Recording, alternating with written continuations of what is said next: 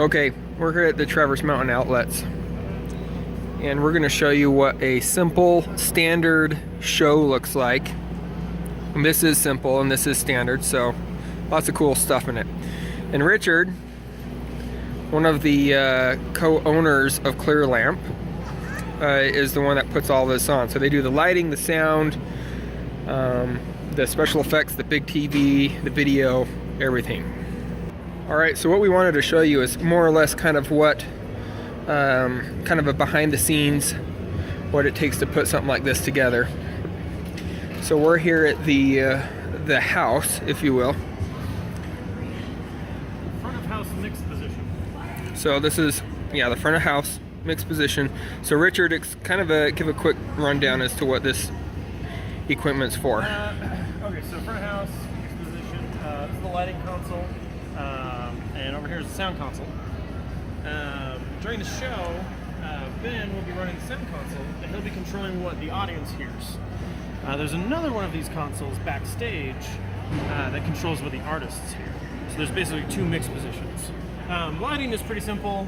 Lighting, only the audience sees it, and the artists on stage just kind of have to deal with whatever light is up there. So mostly for the audience here. Oh, my reflection. Oh, I guess I'll uncover it and show you. So, bunch of faders, bunch of buttons. Let's see here. So, anyway. Okay, so as far as lighting goes, for this setup we have, well, let's see, 8 plus, I guess I should have done the math before, so 8. So we have 20 movers for this event. With this light board I can control what the movers do. So you can kind of see those yellow lights up there moving around. Later we'll have some haze up in the air to be able to see the effects. But I can kind of tap what I want. I can throw like a move effect in there. I can control the speed of the move effect. I can control the size. So anyway, so basically this light board set up so that I can like quickly recall different beam patterns and colors. Different presets. Yeah, different presets for those different categories to be able to just, throw up and for the audience and everything. So, yeah. Okay, so that's where house was back there, and we've kind of come back over here to this switchboard now. This is the backstage monitor mixing position. So you often hear monitor term. It's either a speaker, that's like an on-stage monitor. In this case, a lot of people have in-ear monitors. So they actually grab kind of fancy headphones like this. They put them in their ears, and they usually have a pack that acts as a receiver to hear the the click track and the track, so that they can play their instruments and sing to the track. So they match all the other... which then connect to these microphones. Yeah. So then, when they play, so you have the drummer, key, when those guys play, the lead singer can ask for different levels from those two people and all the other people. So the monitor engineer will make that mix for their ears. Over here is all the RF stuff. These are fancy battery chargers, these 2 layers. There's 4 receiving channels here. Then there's 2, 4, 6 output channels here. And all these go over to these RF antennas. So all these RF antennas. So this is a receiver antenna, that's a transmitter, and that's a receiver. These are called shark fins.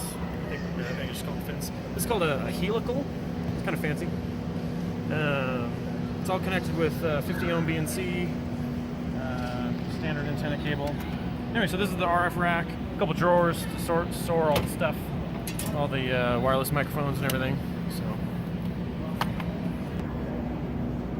So this is the video rack, big switcher. So this is kind of the multi-view.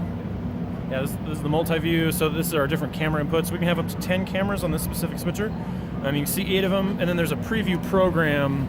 So preview, that's kind of like what's next, and this is what's program what is on the screen for the audience. So I can put up, so if I put up bars, oops. So let me do that again here.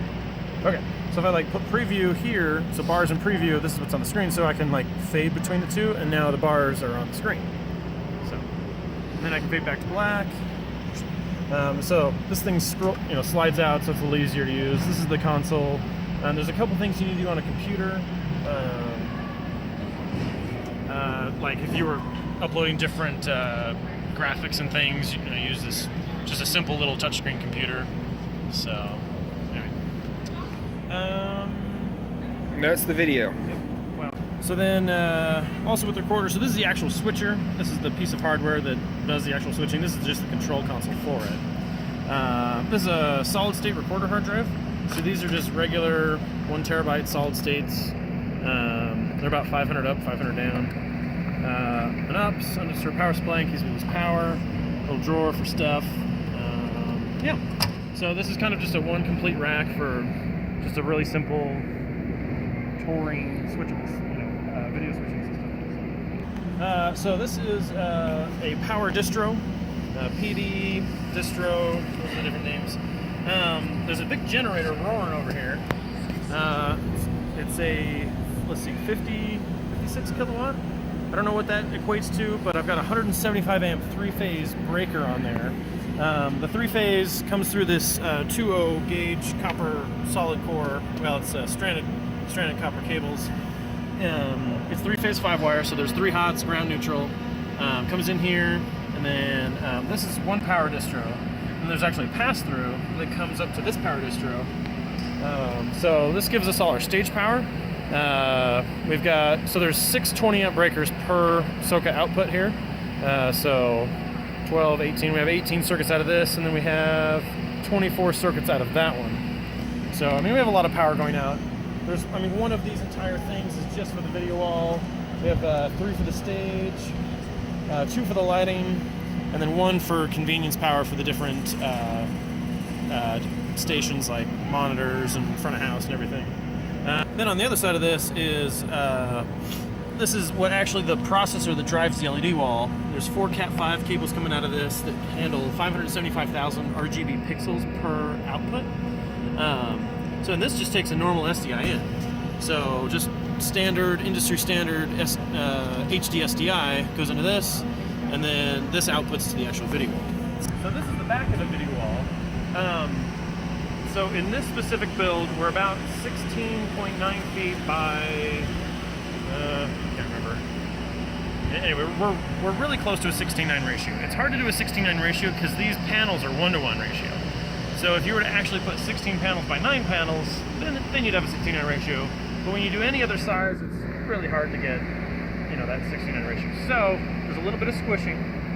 This specific build is 10 by 6, 10 panels wide, 6 panels tall. Now in each one of these panels, there's 128 pixels wide by 128 pixels tall. So let's go around to the front and make that more sense out of that.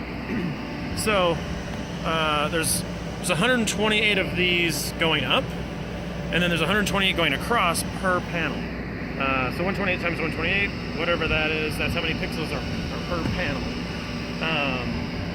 Now, like I said before, this is the back of the LED wall processor.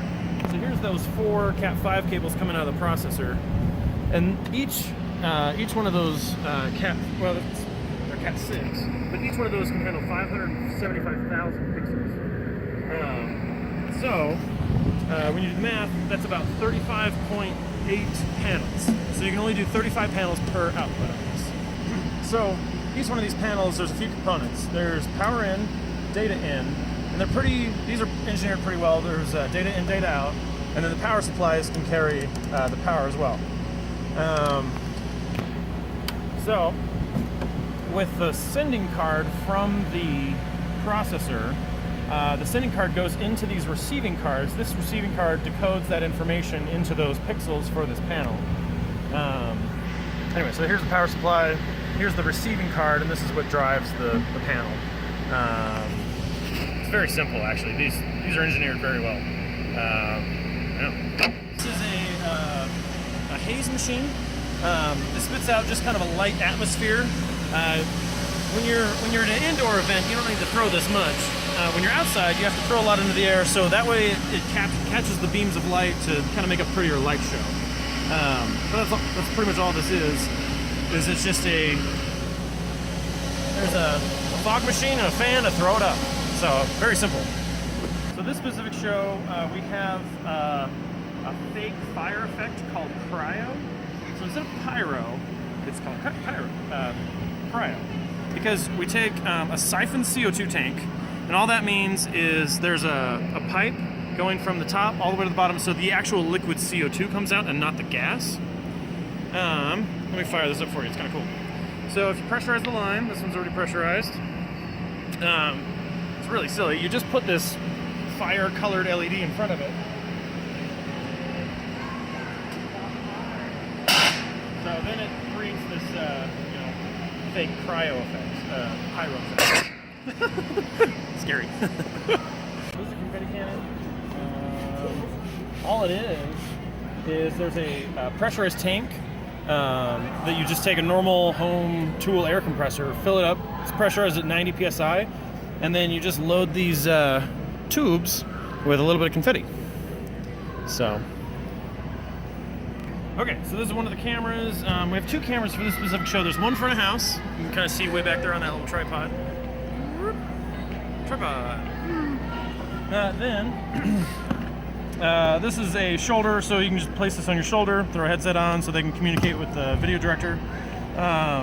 This is an ENG style lens. It actually stands for electronic news gathering because the news industry kind of invented this style camera. They needed to be able to throw something on their shoulder and go, gather a whole bunch of news footage. So they came up with this rocker style zoom right here, focus, and then this eyepiece. So, I mean, the news industry basically created this electronic news gathering camera. So for this show, this type of camera is still widely used in the industry for a bunch of stuff, and in this case, entertainment show. So Zach will actually be running this for me. He'll have it on his shoulder and talking to Jason on the video switcher, and we'll be doing just grabbing shots of whatever's on the stage. So for the audience, we said before on stage they had the in-ear monitors so they can hear other people's mixes and stuff, all the other instruments. For the audience, they get quite a big system because usually you have to fill a large area. So this is a subwoofer. I don't know any details about it. I'm not a great sound guy, but the brand of it is L-Acoustics, and L-Acoustics is one of the better brands. So I mean, this system sounds really, really nice for how small it is. Up there is something called a line array. It's got 6 speakers in a curvature design, and you can change that curvature depending on how many speakers and how big your audience is and how high it's flown and everything.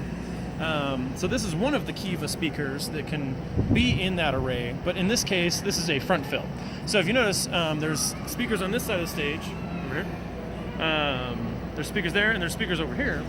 But then the people in the middle, there's kind of a dip in sound, so that's what these front fill speakers are for. So, yeah. Anyway, so that's front of house sound. Just drives all the audience noise. Very cool, very cool. And that's pretty much more or less about it.